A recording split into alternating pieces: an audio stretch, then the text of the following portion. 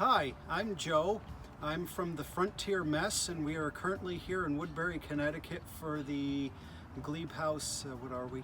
Shop Small. Shop Small Saturday. And we are going to make country fried steak, French onion soup, beans, turkey pot pie with cranberry sauce, and surprise, possibly, what do you call that?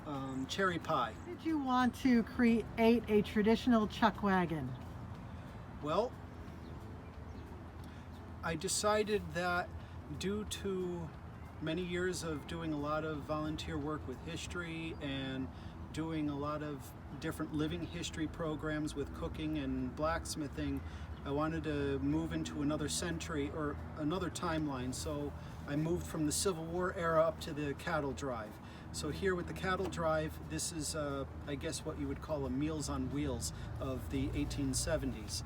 And because I enjoyed cooking, I figure we can combine that with history and bring a little bit of the Old West to New England and do living histories and education. Did you make the chuck wagon that we're seeing behind you, did you make that from scratch?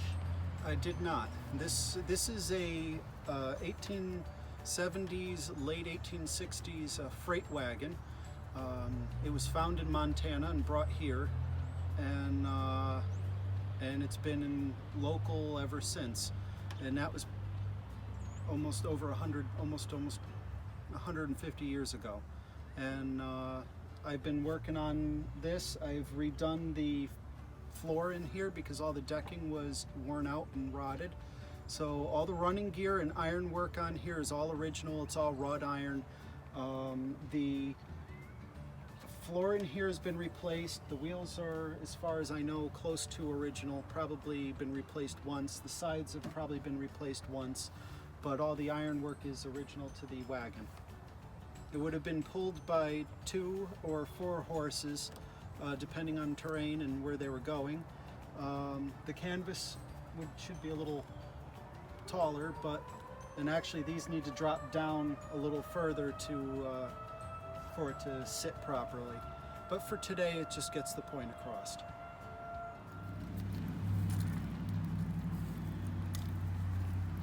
There is some good heat in here. Good heat. Yeah. We're getting our water up to a boil, and then once that water gets to a boil, we're going to add our coffee grounds. This is roughly a 2-gallon coffee pot, so we'll add a couple of cups of coffee grounds. And then right here we've got our beans. I'm about to put some more coals in and around it, get that nice and hot so it gets heat from all the way around. Our soup is almost done. It's getting there. It's got to get stirred up a little bit, but we've since added the broth and we broke down all the onions and added garlic. So this is coffee. This is an old coffee mill. Probably about the right time frame, about 1870s, 1880s. Now, what we're doing back in the day when they were out on the trail, there is what they call Arbuckle's coffee. It was one of the first coffees to coat their beans in sugar. It made it so that when you went to go roast your beans over the fire, that they wouldn't burn, and made it a little easier to roast them.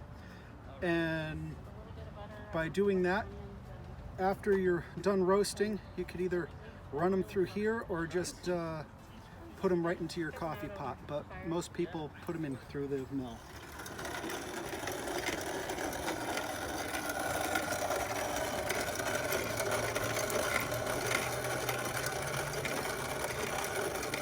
How do we make it when we put coffee grounds in the water? How do we make it so we're not chugging down the coffee grounds when we drink our coffee? Oh, that's a special guarded secret. But if you really have to know, it's a matter of cold water being added to the coffee pot at the very end. Okay.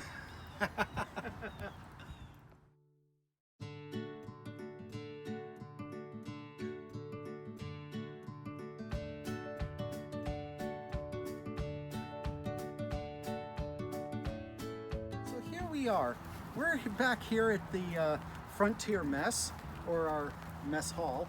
And Sally has prepared an amazing applesauce. We're about to uncover and check how it's going. It's been stirred a few times. And would you like to say what's in here? Here we have a couple of varieties of apples, oranges, and I don't know what else you added to it. Cinnamon. Cinnamon. And that's all. That's all. Excellent. Orange. Orange. Lots of orange. Now we are ready for some mashing to create the indeed. applesauces.